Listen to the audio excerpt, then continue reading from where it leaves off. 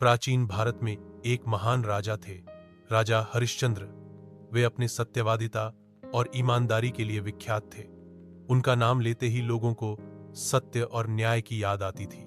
एक दिन महान ऋषि विश्वामित्र ने राजा की परीक्षा लेने का निश्चय किया। उन्होंने राजा से कहा कि उन्हें एक यज्ञ के लिए धन चाहिए और राजा को वचन देना पड़ा कि वे जो भी कहेंगे देंगे। विश्वामित्र ने उनसे संपूर्ण राज्य, धन और वैभव मांग लिया। राजा ने तुरंत सब कुछ त्याग कर दिया और अपनी पत्नी शैव्या और पुत्र रोहिताश्व के साथ बनारस चले गए। वहां जीविका चलाने के लिए राजा को श्मशान में काम करना पड़ा, जहां वे मृत लोगों का अंतिम संस्कार करवाते थे। एक दिन राजा के पुत्र की मृत्यु हो गई। पत्नी पुत्र को अंतिम संस्कार के लिए लाई, लेकिन राजा, जो अब श्मशान का कर्मचारी था, ने कहा कि बिना शुल्क के दाह संस्कार नहीं होगा। पत्नी के पास कुछ भी नहीं था। राजा की आंखें नम थीं, लेकिन उन्होंने नियम नहीं तोड़ा। पत्नी ने अपनी साड़ी का आधा भाग गिरवी रखकर शुल्क चुकाया और तब जाकर राजा ने अपने ही पुत्र का अंतिम संस्कार किया। विश्वामित्र यह देख अत्यंत प्रभावित हुए और उन्होंने सब कुछ राजा को लौटा दिया। ईश्वर ने राजा की सत्यनिष्ठा से प्रसन्न होकर उसके पुत्र को पुनर्जीवित कर दिया और उनका राज्य भी लौटा दिया। सीख: राजा हरिश्चंद्र की कहानी हमें सिखाती है कि सच्चाई और ईमानदारी के मार्ग पर चलना कठिन होता है, लेकिन अंततः सत्य की ही जीत होती है। रमेश एक सरकारी स्कूल में चपरासी था।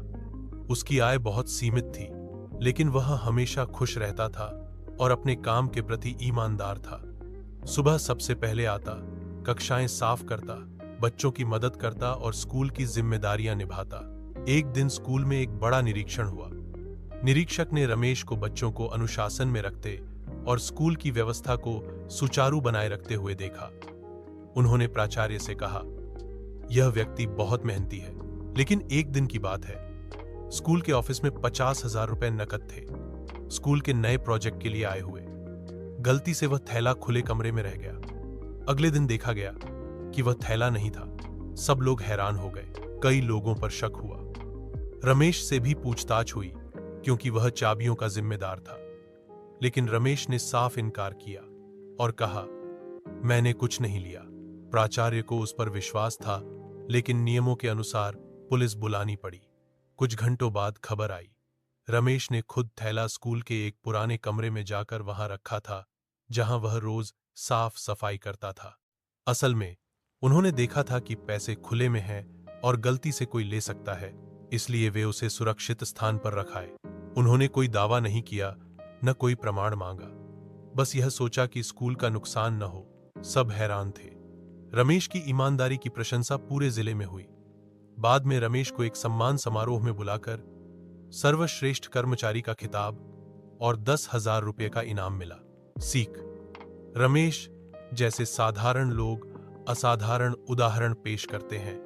ईमानदारी न केवल राजा में हो सकती है, बल्कि किसी चपरासी में भी।